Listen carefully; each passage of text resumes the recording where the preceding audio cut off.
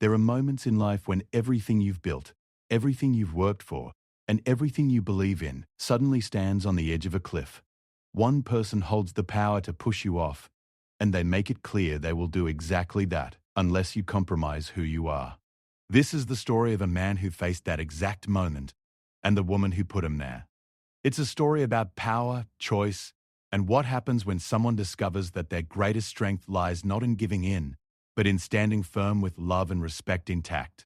Sarah had always been the kind of person who got what she wanted. In her 38 years of life, she had learned that the world responded to pressure, to threats, to the clever manipulation of circumstances and emotions. She was a successful businesswoman, running a mid-sized marketing firm in the heart of the city.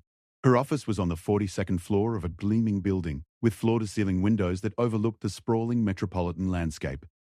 She had built this company from nothing, and she had done it by being ruthless, calculating, and unafraid to use whatever leverage she could find.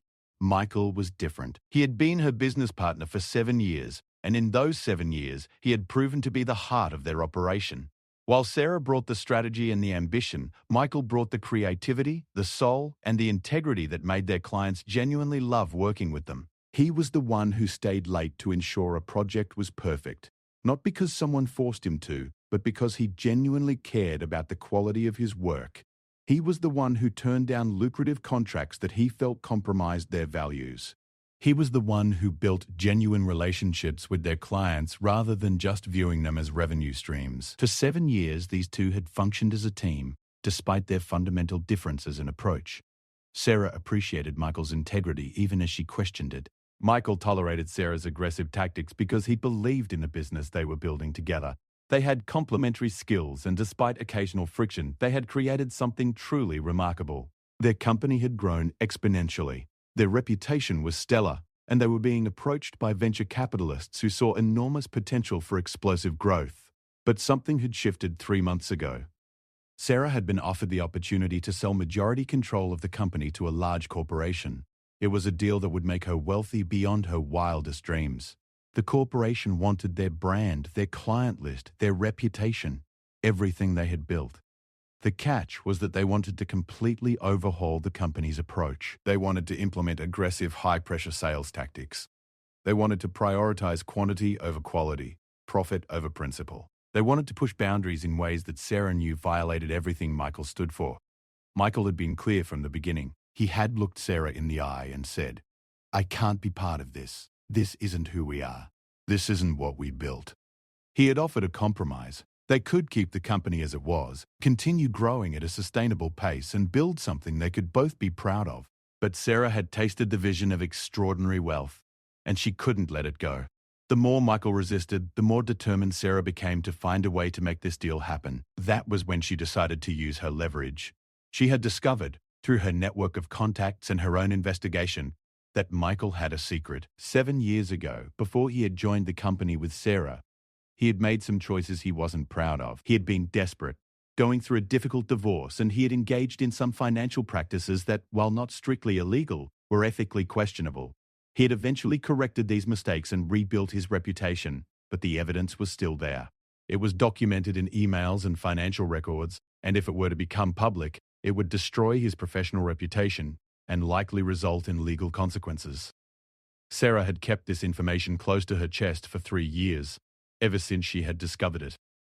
She had never used it, never even mentioned it, because she knew that if she did, something fundamental would break in their relationship.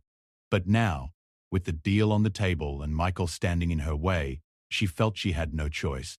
She convinced herself that she was doing the right thing. She told herself that Michael would understand eventually, that once the deal was done and the money was rolling in, he would see how foolish his principles had been. The confrontation happened on a Tuesday afternoon.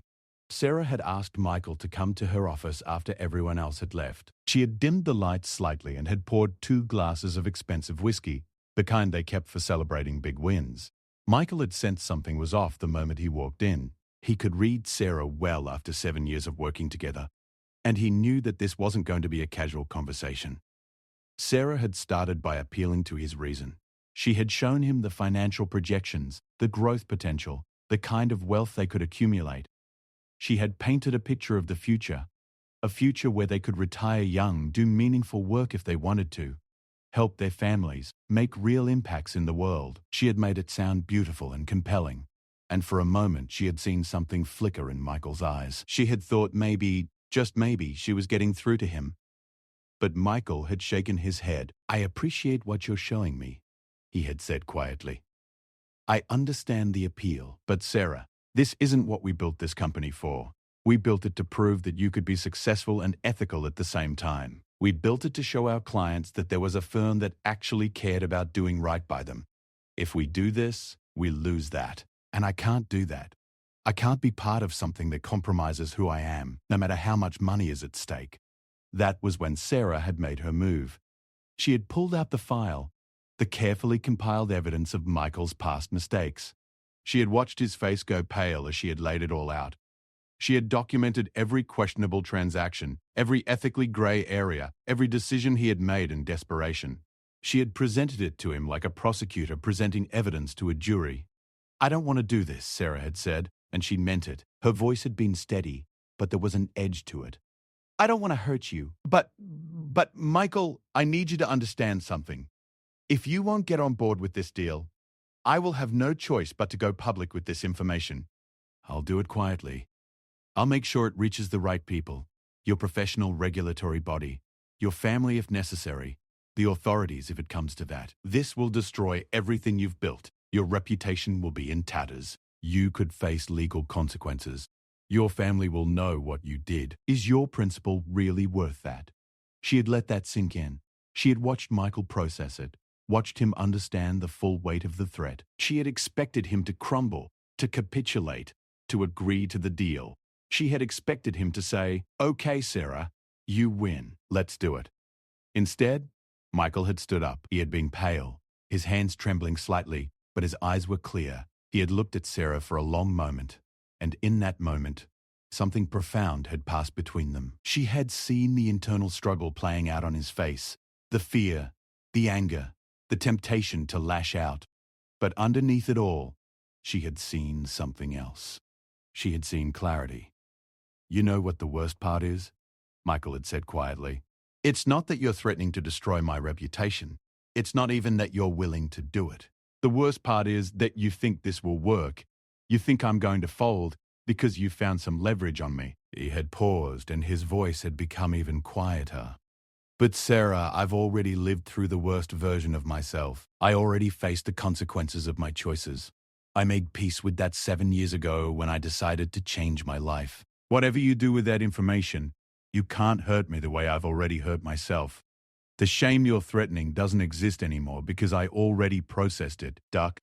Sarah had felt something shift inside her. For the first time in the conversation, she wasn't sure she had the upper hand. "But I'll tell you what I'm going to do," Michael had continued. "I'm not going to fight you. I'm going to resign from this company effective immediately. I'll give you my shares. I'll walk away cleanly. You can sell the company, you can make your fortune, you can do whatever you want. And yes, if you want to publish that information about my past, you go ahead. I'll own it. I'll tell my story myself. I'll explain what I did wrong, how I fixed it, and who I've become.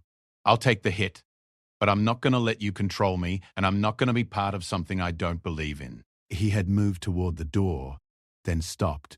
He had turned back to face Sarah. "One more time. There's something else you should know," he had said. "I don't say this in anger. I say it because I care about you, and I've always believed you could be better than this. You're going to make a lot of money with that deal. You're going to feel amazing for about 6 months. But then, Sarah, you're going to wake up one day and realize that you compromised who you are for it. And you're going to realize that you destroyed a friendship, a partnership, and possibly a reputation in the process. That's going to eat at you. It's going to keep you awake at night. And all the money in the world isn't going to make that feeling go away." He had walked out then, leaving Sarah alone in her office with the file still spread across her desk, with the city lights twinkling below her, with a silence that suddenly felt suffocating. In the days that followed Michael's resignation, Sarah threw herself into the deal with a fury that surprised even her lawyer. She worked 18-hour days, negotiating terms, reviewing contracts, and preparing for the transition. The corporation was thrilled to have full control now that Michael, with all his ethical complications, was no longer part of the equation. They saw his departure as removing an obstacle, and Sarah allowed them to believe that. She didn't tell them the truth, that she had essentially forced him out, that she had destroyed a partnership that had been the foundation of her professional life. The corporate acquisition closed on a Friday afternoon. Sarah transferred her shares, received the first installment of the astronomical sum she had negotiated for herself, and officially became an incredibly wealthy woman. She should have felt elated. She should have felt vindicated. She should have felt like she had won. Instead, she felt something closer to emptiness. That weekend, she found herself sitting in her apartment, the luxurious space she had spent years decorating with taste and care, and she felt utterly alone. The silence was different now. It was the silence of victory with no one to share it with. She called friends, went to restaurants, attended gallery openings, and moved through these experiences like an actress playing the role of a successful woman. No one questioned her. Everyone congratulated her on the deal. Everyone told her how impressive she was, how smart she had been to position herself for this windfall. But Michael's words kept echoing in her mind. She found herself thinking about moments from their 7 years together that she had never really appreciated at the time. She remembered the time Michael had caught her about to send a presentation to a client that contained misleading statistics. He had pointed it out gently, and instead of getting defensive, she had redone the entire presentation, and they had both felt better about it. She remembered the time a competitor had tried to bribe them with a huge contract to do something unethical, and Michael had refused immediately, and Sarah had respected him for it, even though she had been tempted by the money. She had known who Michael was. She had known what he stood for, and she had tried to change him because his integrity had started to feel like an obstacle to her ambitions rather than a compliment to them. 2 weeks into her new wealth, Sarah made a decision that surprised her. She called Michael. She didn't plan out what she would say. She didn't rehearse it. She simply dialed his number and waited for him to answer. "Sarah," Michael said when he picked up. His voice was careful, neutral, but not cold. There was no anger there, which somehow made it worse. Anger she could have fought against. But this measured, gentle tone suggested resignation. "I need to see you," Sarah said. "Can we meet?" There was a pause. "Yes," Michael said finally. "There's a coffee place on Madison and 5th tomorrow at 10? They had met at that coffee place 100 times over the years. It had been their spot for important conversations, for brainstorming sessions, for the occasional celebratory coffee on a cold morning. Sarah arrived 10 minutes early and ordered her usual black coffee with 1 sugar. She was surprised to realize she was nervous. Her hands were shaking slightly, and she had to set her cup down carefully to avoid spilling it. Michael arrived exactly at 10 o'clock, which was very Michael. He ordered a cappuccino and sat across from her at a small table by the window. "Thank you for meeting me," Sarah said, and then immediately felt like the words were inadequate. "Thank you for meeting me after I threatened to destroy your life. Thank you for treating me with basic civility after I tried to coerce you into betraying your principles." "Of course," Michael said. He looked tired. There were shadows under his eyes, and his usually neat appearance was slightly disheveled. She wondered if he had been struggling as much as she had. "I want to apologize," Sarah said. The words tumbled out, awkward and not quite right. "Not because I feel bad that I got caught or because the deal went through. I want to apologize because what I did was wrong. What I did was..." She struggled to find the word. "It was a violation.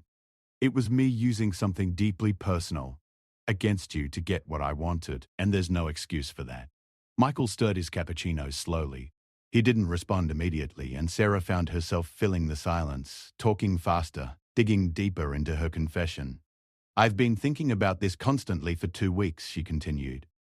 "I've been thinking about how I watched you become successful, how I watched you build a reputation for integrity, and instead of celebrating that, I started to resent it. I started to see it as weakness, as something holding us back. But it wasn't weakness, was it? It was strength. It was you, knowing exactly who you were and refusing to compromise that for anything.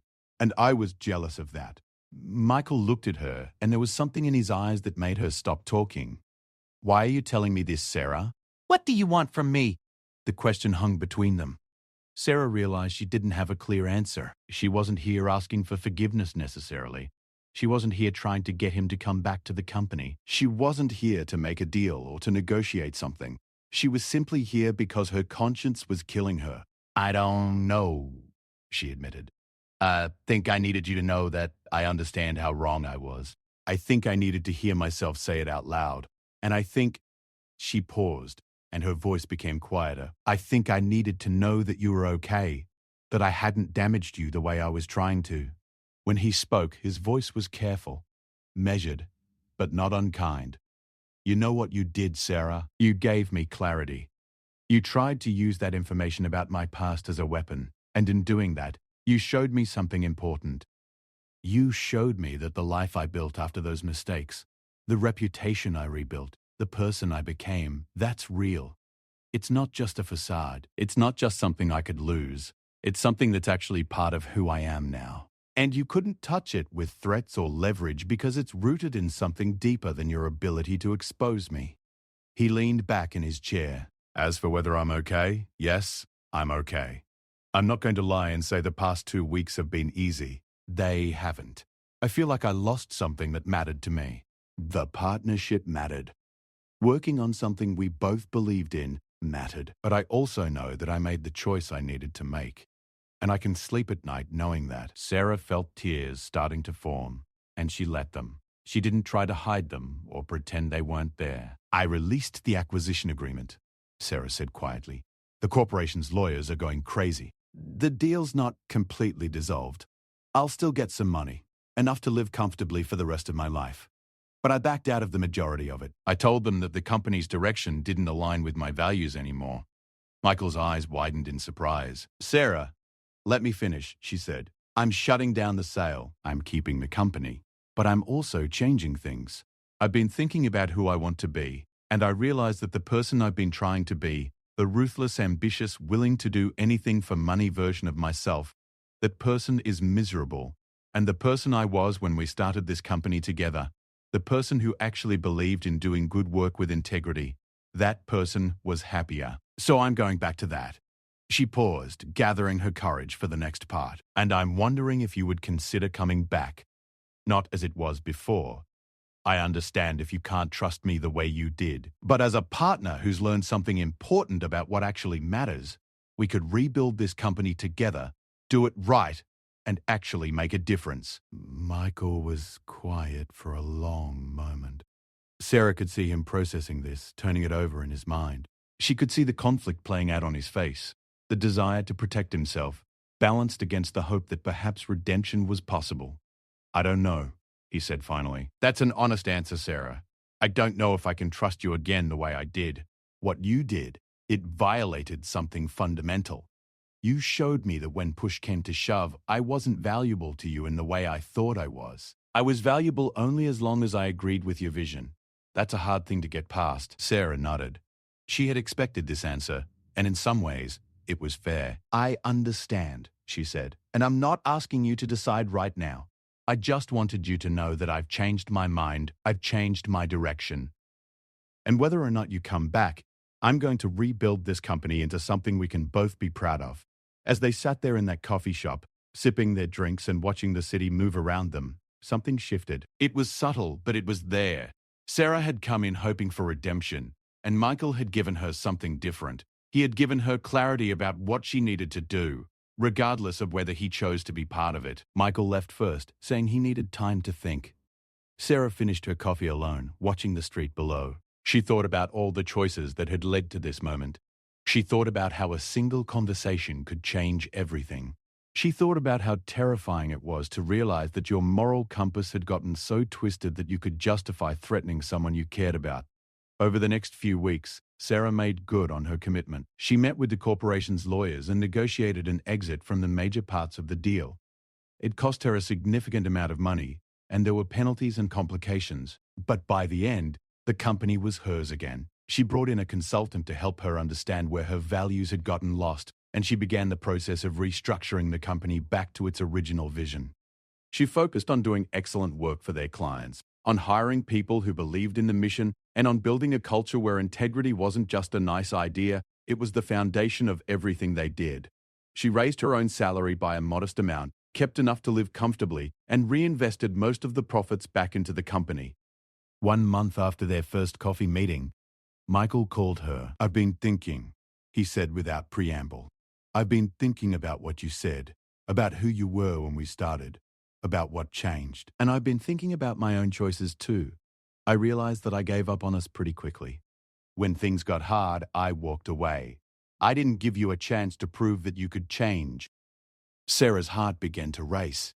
She didn't want to hope too much, but she felt hope rising anyway. I'm willing to try again, Michael continued, but on some conditions. We need to rebuild trust, and that's going to take time. We need to have honest conversations about our values and make sure we're aligned. And we need to have some safeguards in place so that we don't end up in this situation again. Can you agree to that?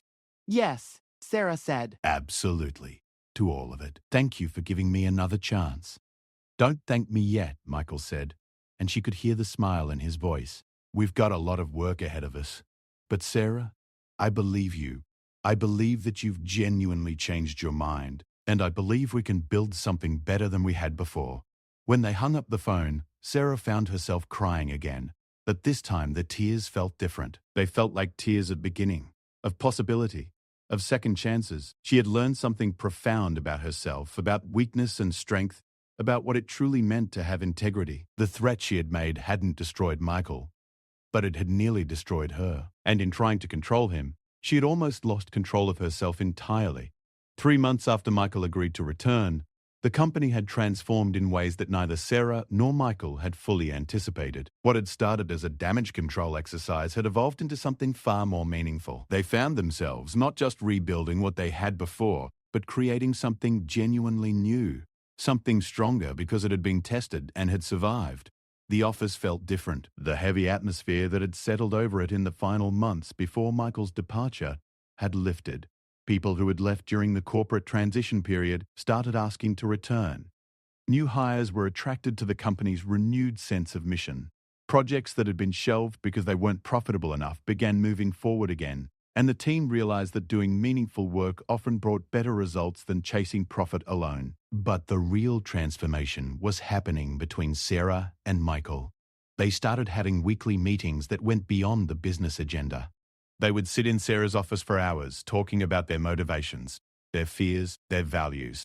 Sarah told Michael about her childhood, about a father who had measured success solely in terms of money, about a mother who had always played it safe and safe meant small. She told him about the moment she realized that her ambition had become disconnected from any sense of purpose. Michael shared his own story of desperation, of the years when he had been drowning in his own life, of how the choices he had made in those dark moments had nearly defined him permanently. These conversations weren't always comfortable. There were moments when Sarah had to face some hard truths about herself. There were moments when Michael had to acknowledge that he had made assumptions about Sarah's character that perhaps weren't entirely fair. They fought sometimes, honest fights about different perspectives on how to handle situations, about where to draw lines, about what compromises were acceptable and which ones weren't. But these fights were different from the tensions of before. These were fights from a place of genuine engagement rather than strategic maneuvering. 3 months in, there was an incident that tested everything they had rebuilt. A major client came to them with a project that would be extremely lucrative. The client's business was technically legal, but it operated in a grey zone that made both Sarah and Michael uncomfortable. The client was willing to pay triple their normal rate, which would translate to significant bonuses for everyone on staff, and would position the company to take on some of the more meaningful pro bono work they had been dreaming about. Sarah felt the temptation. She felt the old patterns starting to wake up inside her. The voice that said, "It's just one project. The money will do real good. We're not breaking any laws." She brought the proposal to Michael not as a final decision, but as a proposal to discuss. Michael listened carefully. He didn't dismiss the opportunity out of hand. He asked detailed questions about the client, about the project, about what made them both uncomfortable. And then he said something that Sarah would remember for the rest of her life. "I think we both know that you're capable of convincing yourself to take this project," Michael said. "I think I could probably convince myself too. We're smart people, and smart people are very good at rationalization. But I think the real question is, who do we want to be? And I don't think the answer to that question is people who take projects that feel wrong because the money is good." Sarah felt something shift inside her at those words. She realized that Michael wasn't judging her for the temptation. He was simply naming what they both already knew, that they had to make a choice that aligned with who they wanted to be, not just with what made sense financially. "You're right," she said. I knew the answer before I brought it to you. I was just hoping you'd convince me otherwise so I wouldn't have to take responsibility for the choice. Yeah, Michael said gently. I know. But that's not what partners do for each other. Partners don't let each other rationalize their way into compromising themselves. They informed the client that their company wasn't the right fit for what they were trying to accomplish. They lost the money that would have come with it, but they kept something more valuable: the integrity of the company they were building together. As word spread through their industry about their decision to turn down such a lucrative opportunity, something interesting happened. They started attracting clients who were themselves interested in working with a company that had values. They started attracting employees who wanted to be part of something meaningful. And paradoxically, by making less money-focused decisions, the company actually became more profitable. 6 months after Michael returned, they made a formal announcement that they had renewed their equal partnership. They restructured the company so that both of them had equal say in major decisions.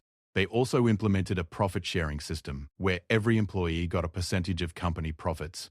It was an unconventional move in their industry, but it meant that everyone had a stake in the company's success and well-being, not just the owners. Sarah's transformation wasn't complete. She wasn't suddenly a different person with different instincts. The ambition was still there. The drive to succeed was still there. But these things had been reoriented. Her ambition now was directed toward building something meaningful rather than simply accumulating wealth. Her drive to succeed was now measured in the impact they had on their clients and their community, not just in the bottom line. A year after Michael's return, Sarah did something that surprised everyone who knew her history.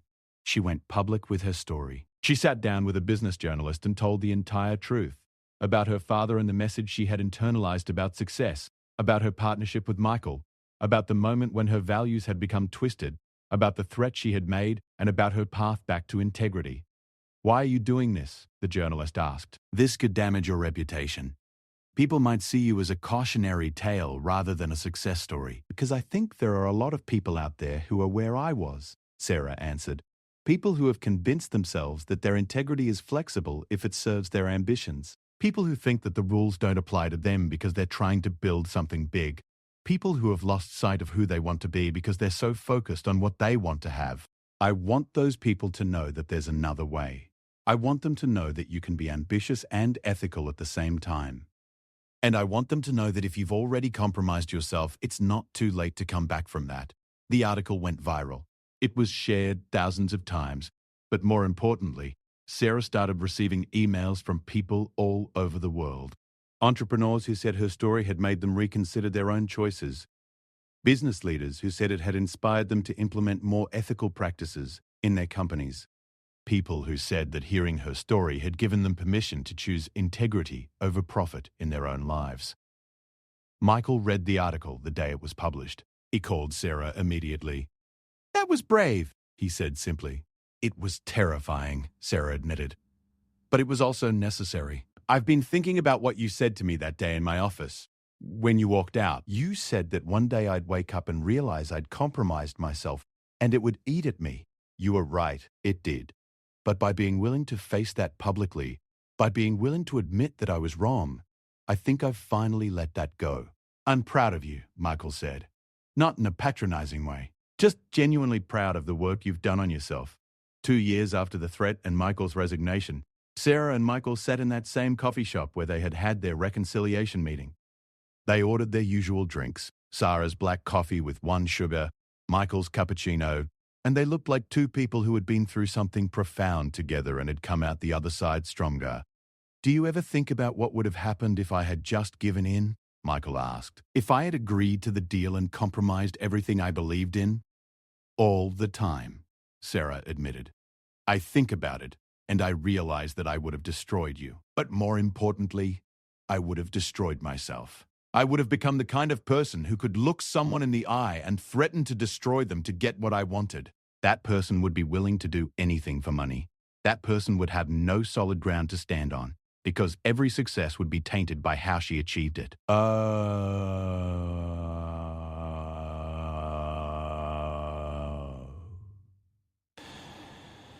"And me?" Michael asked. "What do you think would have happened to me?" "I think you would have lost yourself for a while," Sarah said. But I also think you would have eventually found your way back. I think your integrity is too fundamental to who you are for it to be permanently compromised. You might have gone through a dark period, but eventually you would have rebuilt yourself again.